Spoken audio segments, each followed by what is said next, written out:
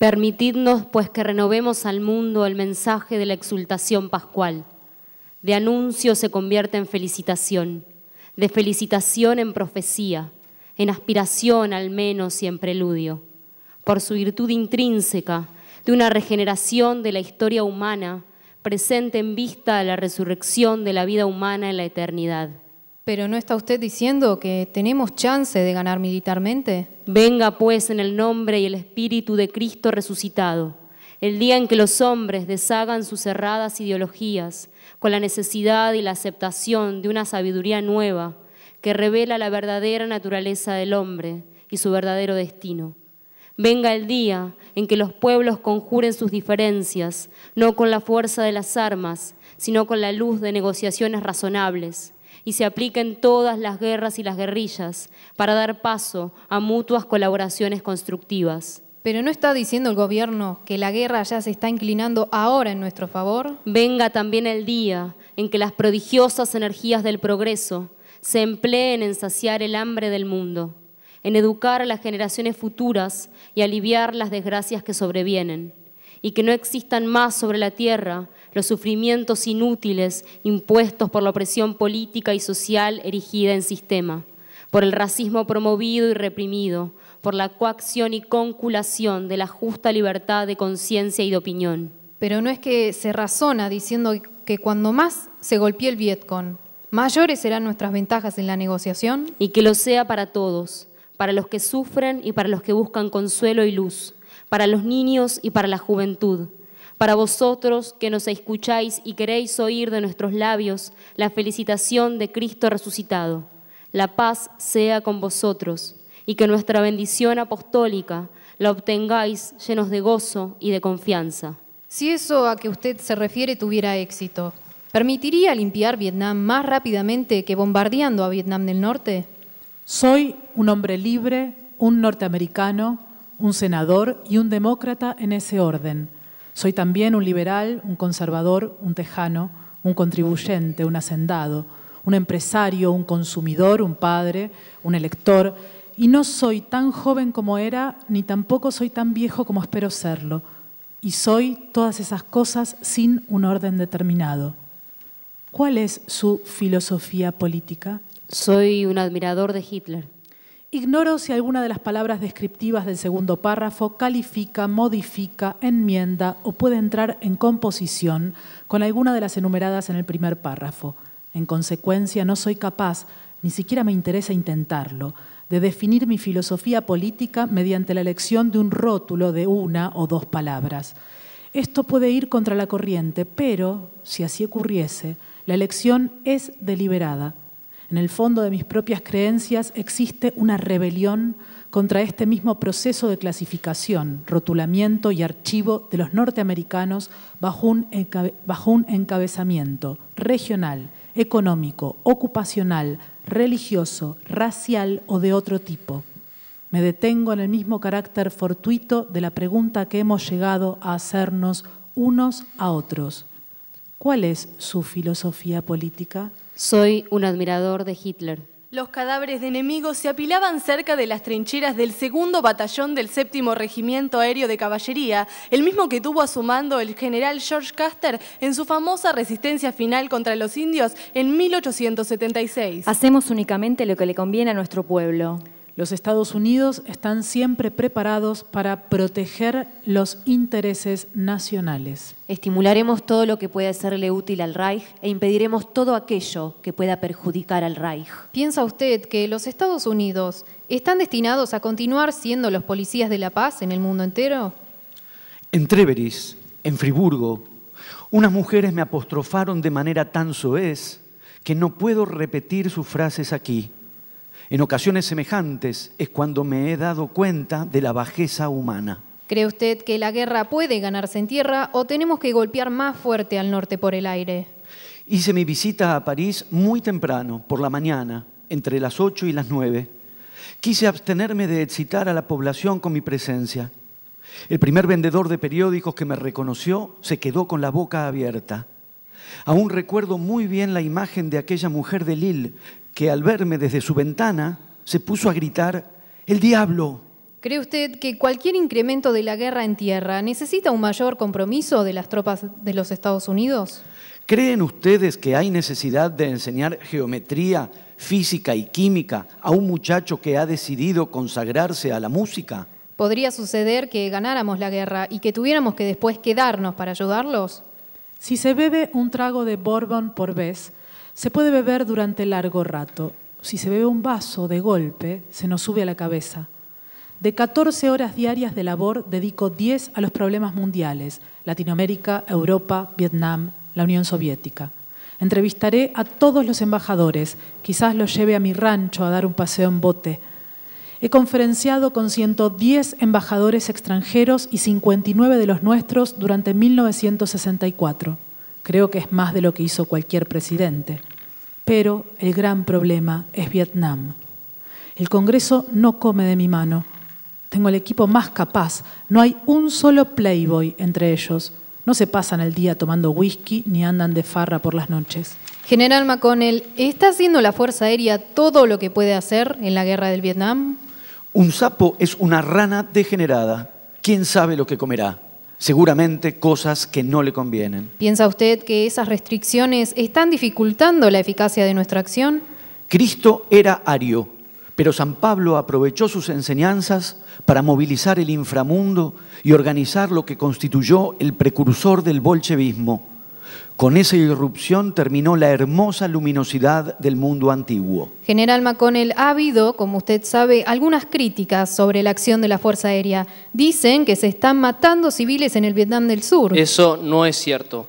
Cada una de las bombas que se arrojan en el Vietnam del Sur, todos los violentos bombardeos que allí se realizan, todos los cohetes que allí se disparan, todo eso se lleva a cabo solamente cuando cada objetivo ha sido confirmado por el jefe provincial y ha sido identificado por un avión de observación. En una guerra como esta es imposible evitar la matanza de algunos civiles de vez en cuando, pero estamos haciendo todo lo posible por evitarlo. General McConnell, la gente se pregunta por qué se bombardea tanto en el sur. Esta es una muy fluida operación, muy fluida. No hay allí un frente de batalla definido. En realidad, todo el país es un frente de batalla. Seguro que nosotros bombardeamos algunas veces donde no hay enemigos ni objetivos reales, pero es mejor tirarse un lance que descuidar un objetivo. General, ¿son muy útiles los aviones B-52 en Vietnam? Están haciendo un trabajo tremendo. Los B-52 tiran una carga terrorífica. Por donde quiera que los B-52 hayan pasado, no es mucho lo que queda en pie abajo.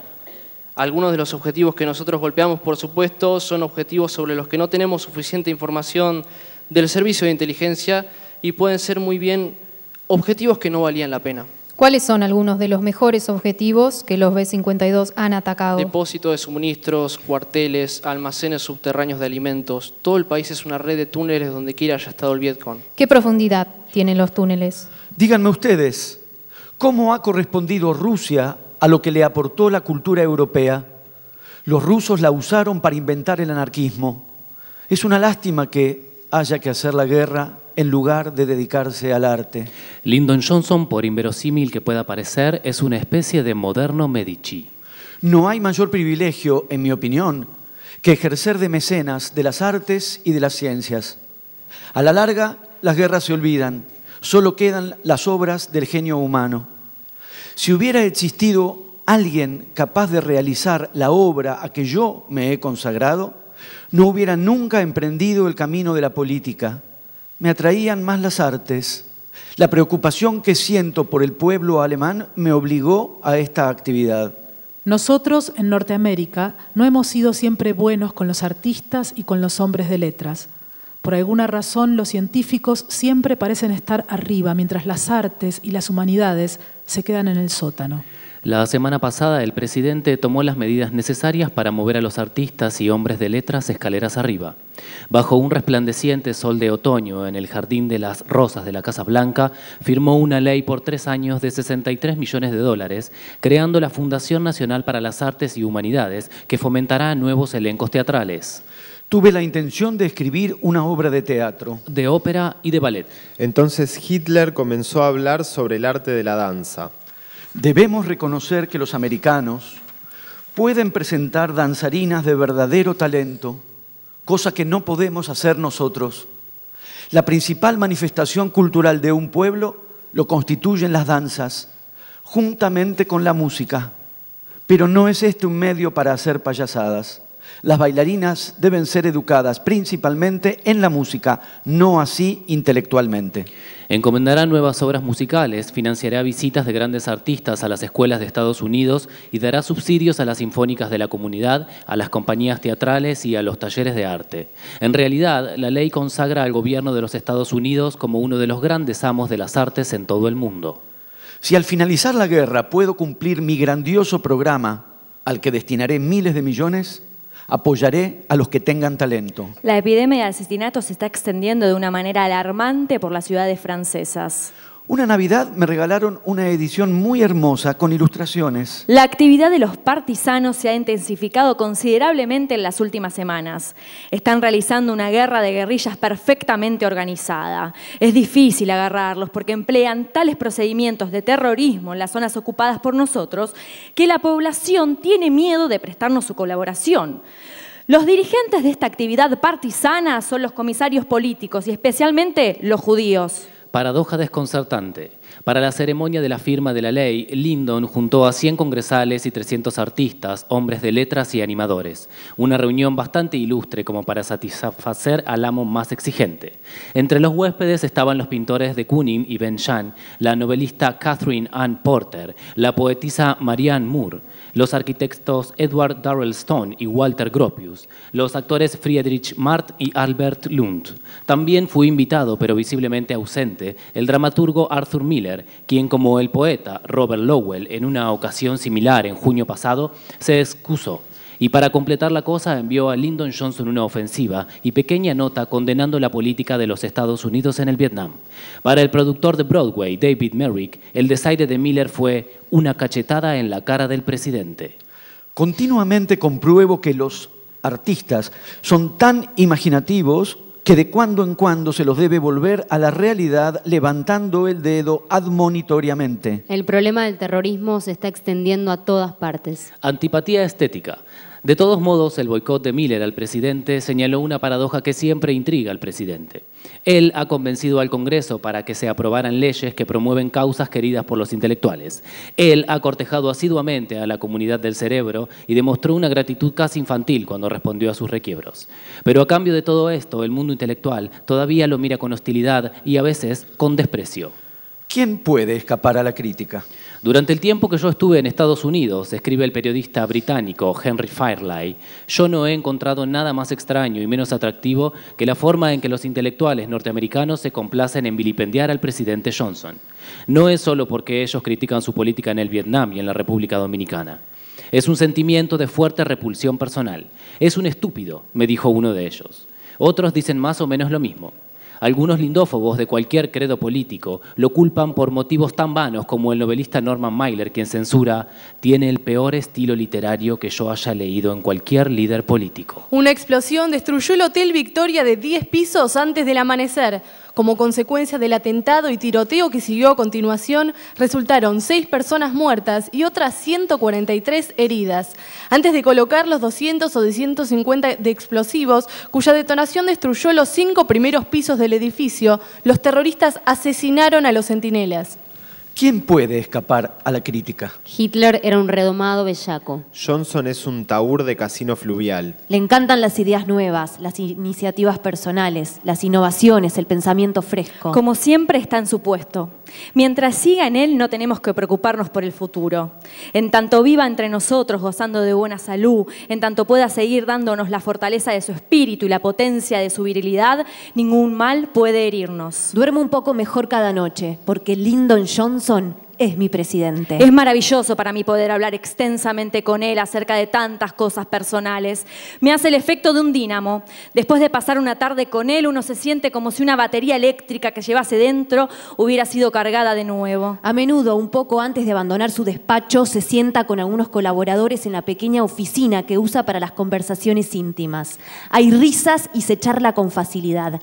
A medida que el presidente se quita la cáscara de inquietudes que se ha acumulado durante el día, es probablemente el más hábil narrador de historias desde los tiempos de Lincoln. Los proyectos que tiene para la paz venidera son verdaderamente grandiosos. Es un hombre sensible, cultivado de gran corazón, un hombre extraordinario cuya verdadera dimensión es difícil de aprender. No tiene la menor posibilidad de distracción y mientras permanece despierto está abrumado por el trabajo. Se acuesta tarde y se levanta temprano y nunca le he escuchado decir estoy cansado. Hitler habla acerca de política, de la idea y de la organización, profundo y místico, casi como un evangelio. Doy gracias al destino que nos proporcionó este hombre, un hombre valiente, un hombre compasivo y un hombre de una inteligencia que está casado con lo recto. Gracias a su despierta imaginación y a su plasticidad de pensamiento, Hitler desarrolla teorías sobre el material viviente de tal manera que aclara los hechos conocidos y simplifica lo más complicado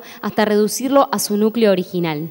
Además, a pesar de los reveses sufridos en el invierno 1941-1942, jamás perdió la confianza en sí mismo. Él vive, piensa y trabaja para asegurar a toda América y en verdad a todo el cuerpo en crecimiento del mundo libre que llegue siempre la mañana. La absoluta confianza del Führer y su dominio de los problemas internacionales, de los asuntos internacionales y de las cuestiones bélicas es auténticamente maravilloso. Un importante asesor dijo que los medios propuestos por el presidente para resolver la crisis de Guantánamo fue un sorprendente ejemplo de sofisticada diplomacia y astuto manejo de un delicado problema exterior. Hablaba con su voz ronca, pero bien audible, al comienzo despacio, a menudo vacilante, reflexivo, aun cuando hiciera bromas. Pero tan pronto se entusiasmaba con un problema, unía y ensamblaba frase con frase, idea con idea, imagen con imagen.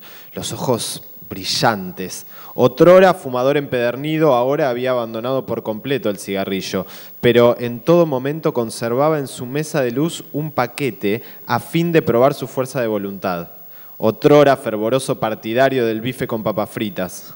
Cada vez que Hitler llegaba al comedor, sus colaboradores, en actitud de firmes y cara a la puerta, lo saludaban con el brazo en alto. Hitler agradecía breve y sobriamente y tomaba asiento en el medio. Mientras comíamos la sopa de coliflor y luego nuestro pan con 20 gramos de manteca y un poco de queso fresco, la conversación de la mesa era un murmullo a media voz. En su prisa por trepar por la escala política, el hombre de Texas jamás había tenido tiempo, o nunca se lo había tomado, para enfrascarse en lecturas serias y en meditaciones profundas. El mismo Johnson aseveró que dudaba de si había leído 6 libros desde la época misma en que abandonara el college. Su máximo impulso, su inquietud motora era siempre el ahora, nunca el luego. Sus conocimientos procedían de los asuntos corrientes proclamados por los titulares de los diarios y en los memorándums preparados por personas en cuyo buen juicio confiaba. Había sido toda su vida un hombre apresurado. Jamás hubo en ella momentos en que se consagrara al lujo de filosofar.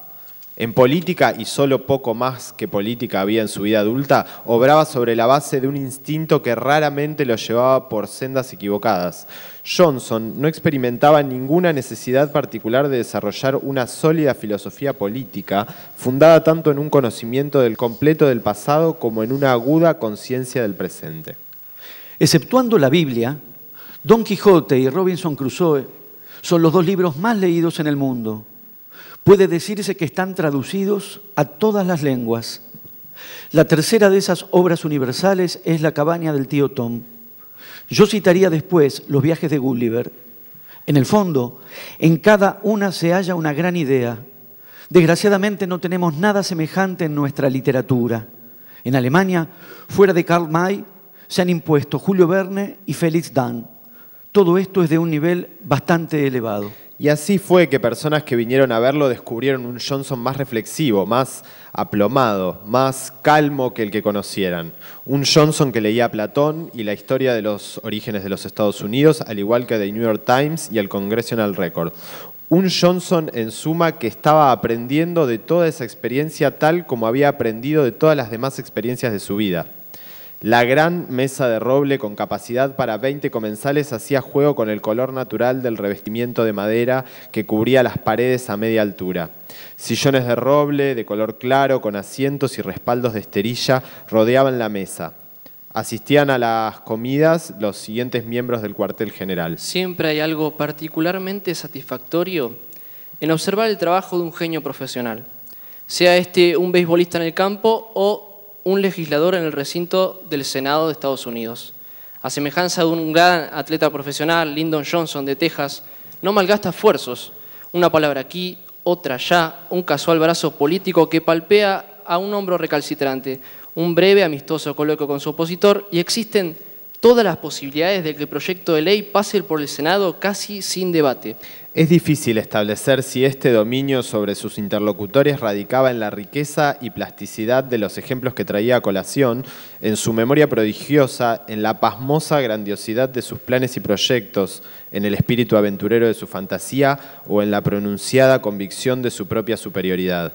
Sin embargo, su instinto siempre despierto y atento hacía que no se olvidara jamás, ni aun en los momentos de mayor arrebato, de disimular ciertas ideas que carecían de resonancia entre los comensales o entre la masa del pueblo alemán.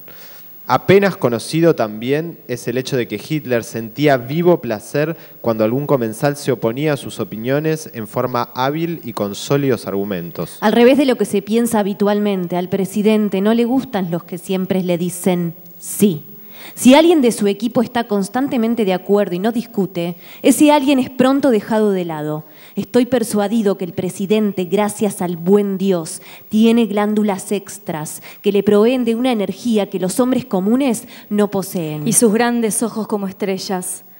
Todo lo que soy se lo debo a él. En este día, todo el mundo está ocupado por los preparativos para el cumpleaños del jefe. También en el casino todo está arreglado y dispuesto con manteles y flores. Hubo para el almuerzo costillas, repollo rojo, papas y salsa, ingiriéndose después de la ensalada de frutas. A los subordinados y acompañantes se les sirvió el mismo vino, Pierre Porter Goldstrophen, y una taza de café.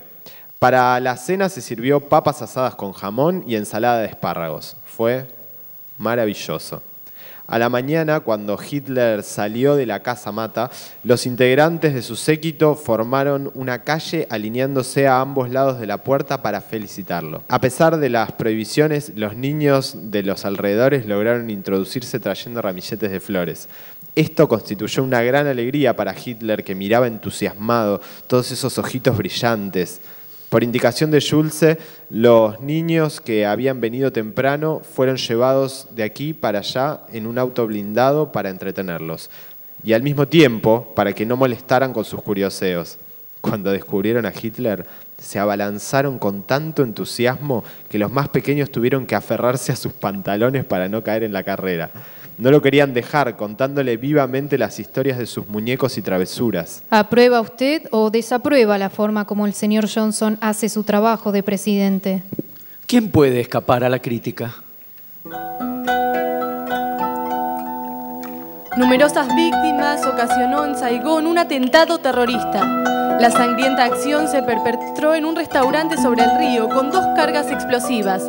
El atentado terrorista más cruel de la presente guerra destrozó esta noche un restaurante flotante en el río de Saigón y causó la muerte de un gran número de personas. Según los informes oficiales, la cifra de muertos ascendía a 29, pero algunos testigos presenciales afirmaron que podría elevarse a 50.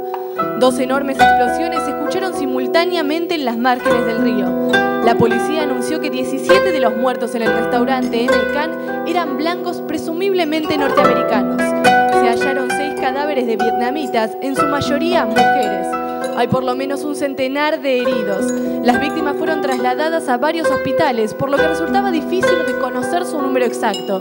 Las cubiertas del restaurante flotante y los muelles de acceso estaban literalmente bañados en sangre. Cómo escapó Hitler a la muerte no está muy claro todavía. Las explosiones ocurrieron cerca de las 20:15. Una fue causada por una mina eléctrica colocada en la orilla del curso fluvial. La restante, según se cree, la causó una bomba instalada en una bicicleta que estalló en una de las cigarrerías del muelle. El Maicán, que estaba atracado a unos 8 metros del muelle, tenía una planchada que llegaba hasta este. Su clientela constaba principalmente de norteamericanos y vietnameses acaudalados. Los investigadores presumen que los artefactos fueron colocados con anticipación y sincronizados para estallar a la hora de mayor concurrencia. Al producirse las detonaciones, el restaurante estaba lleno y sus paredes de vidrio quedaron quedaron destrozadas. Testigos presenciales informaron que 5 comensales fueron lanzados por las ventanas en dirección al río al producirse la terrible explosión. Inmediatamente, Hitler se levantó furioso, echando espuma por la boca y gritando que se vengaría de todos los traidores. Aseguraba, chillando, que la providencia le había mostrado una vez más que era un ser escogido para cambiar la historia del mundo. Voceó en forma salvaje, anunciando terribles castigos, no solo para los hombres, sino para sus mujeres y sus hijos, todos los cuales irían a parar a campos de concentración, ojo por ojo y diente por diente. Johnson aseguró que las actividades militares en el Vietnam se reducían a un ojo por ojo. Ojo por ojo. Ojo por ojo, diente por diente. Ojo por ojo. Ojo por ojo. La próxima ofensiva tendrá el carácter de represalia como consecuencia de las graves pérdidas que sufrieron los norteamericanos en las últimas semanas. Docenas de aviones norteamericanos destruyeron blancos militares en el Vietnam del Norte en el segundo día de ataques destinados a castigar a los comunistas por sus ataques terroristas contra los norteamericanos. Anunció la Unión severas represalias en el Vietnam. Represalia de la Unión. Ojo. Ojo. Diente. Diente. ¿Terminará la guerra en 1968?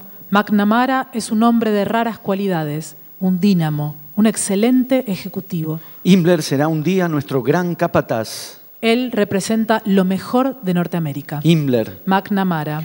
Johnson está encantado de contar con un hombre modesto como Rusk, buen diplomático, que le atiende la parte conversada del problema vietnamés, mientras él, con McNamara, dirige la verdadera guerra.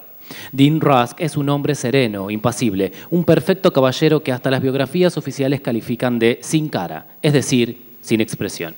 McNamara tampoco tiene mucha expresión, pero su impasibilidad es distinta. Es la de una aplanadora que apisona todo lo que se encuentra al paso sin alterar el ritmo de la marcha. Sin embargo, Himmler no era un sádico. No había nada terrible o explosivo en su carácter. Su misma frialdad era un elemento negativo. No obedecía a seguridad en sus actos y dominio de sus nervios, sino a pobreza de su sangre. No gozaba con la crueldad, le era totalmente indiferente. Los escrúpulos de los demás no le resultaban despreciables, sino incomprensibles. Pero si son animales o criminales, decía con ingenuo asombro, cuando embajadores extranjeros o incluso sus propios subordinados se asustaban en ocasiones ante un holocausto demasiado salvaje. En aquel monstruo había extrañas cualidades que bastaban para presentárnoslo como un ser enigmático e inconcebible. Era extraordinariamente ignorante e ingenuo. El hombre que, luego de una carrera como la suya... La carrera de Robert McNamara ha sido más que brillante y espectacular, pues de presidente de la fábrica Ford pasó a ocupar el cargo de secretario de la Defensa y se convirtió en lo que algunos llaman el segundo presidente de la República. Himmler mismo no llegó a comprender jamás la reputación que había conquistado. Al final desistió de intentar explicárselo. Se trataba, a su parecer, de alguna extraña debilidad de los extranjeros. Se dio por satisfecho, gastando algunas bromas irónicas acerca de todo ello en el círculo de sus amigos íntimos. Nosotros tenemos que coordinar claramente el uso de la fuerza con nuestros objetivos políticos. ¿Cuáles son nuestros objetivos políticos en Vietnam, por ejemplo? Es preciso que Berlín sea el verdadero centro de Europa. Una capital que para todos sea la capital. Johnson lo consulta continuamente por teléfono. A veces lo hace despertar de noche porque quiere hablarle. Este hombre de frente relativamente estrecha, nariz torcida hacia arriba, típica de los testarudos tranquilos, que oculta detrás de sus anteojos de miope 2 ojitos demasiado juntos, se ha convertido en el segundo presidente de la República. Y cuando es un Johnson el presidente, este es un hecho bastante extraordinario. ¿Qué me sucedería si no tuviera alrededor de mí hombres que tienen toda mi confianza para ejecutar el trabajo del que no puedo ocuparme? Hombres duros y que actúan enérgicamente como obraría yo mismo. Llegan a Vietnam más tropas de Estados Unidos. Chiang Kai-shek enviará tropas a Vietnam. Enviará a Corea del Sur más tropas a Vietnam. Estoy satisfecho por la decisión de Australia de enviar 359 soldados más a Vietnam. El Führer estaba muy complacido y su satisfacción aumentó más vivamente al escuchar de los propios labios de Himmler que se unirían a la SS cerca de 50.000 holandeses, franceses, daneses, suecos, españoles. Tropas norteamericanas, australianas, neozelandesas y sudvietnamitas avanzaban hoy a través de las selvas del Vietnam. ¿Qué precio pagará Estados Unidos a Corea del Sur por nuestra contribución al esfuerzo bélico en Vietnam?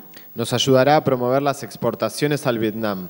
El gobierno sudcoreano difundió hace unos días que Seúl había concertado un pacto con Estados Unidos mediante el cual por cada soldado subcoreano caído en la guerra recibiría una indemnización en dólares. Además de unos 150 millones de dólares que los Estados Unidos arrojan en Corea anualmente como ayuda militar, Washington se comprometió también a pagar los gastos extra producidos por el envío de tropas al Vietnam. Desde el punto de vista del Pentágono, este negocio es una ganga, pues con lo que se gasta en mantener un solo soldado norteamericano, se puede pagar 43 coreanos con comida y equipo. ¿De dónde vamos a sacar las tropas de reserva si la guerra se extiende a Tailandia? Los coreanos matan 13 rojos por cada hombre que pierden. ¿Qué pasa si en Tailandia explota otro Vietnam? Los australianos mataron en 4 horas más enemigos que en los 14 meses anteriores. ¿De dónde encontrarán los Estados Unidos las tropas necesarias para enfrentar la situación? Alemanes al Vietnam. Pongan un ojo en Tailandia. Puede ser la próxima explosión. El gobierno norteamericano solicitó a sus embajadas en Bogotá y Caracas legajos detallados sobre las guerrillas locales, porque teme que allí surja un nuevo Vietnam. Los Estados Unidos estarían dispuestos a intervenir militarmente en Colombia, si como consecuencia de una aguda crisis económica se llegara a presentar el peligro de una revolución comunista. 62 soldados portugueses perecieron y 5 vehículos fueron destruidos en Angola en las emboscadas tendidas por los rebeldes, anuncia un comunicado dado a publicidad por la Oficina del Movimiento de Liberación de Angola. En Guatemala, la policía y las guerrillas combatieron encarnizadamente. Las fuerzas del orden fueron apoyadas por helicópteros, tanques y armas de grueso calibre. El Departamento de Estado observa con interés los acontecimientos en Bolivia. Carlos Larceda reveló asimismo que en 1964 Estados Unidos estaba dispuesto a intervenir militarmente en Brasil si no se derrocaba al presidente Goulart. Los guerrilleros están activos en Venezuela. Perú promulga la ley anticomunista. Incluye la pena de muerte, por lo que será más efectiva la lucha contra los guerrilleros. 6 muertos en Chile en disturbios originados con el conflicto minero. Marines norteamericanos en la capital dominicana. Bolivia deporta 40 jefes gremiales más. Hubo en Ecuador graves disturbios. Pregunta, ¿pueden los Estados Unidos, la primer potencia del mundo, encontrar las tropas y el dinero para vigilar el mundo entero prácticamente solo?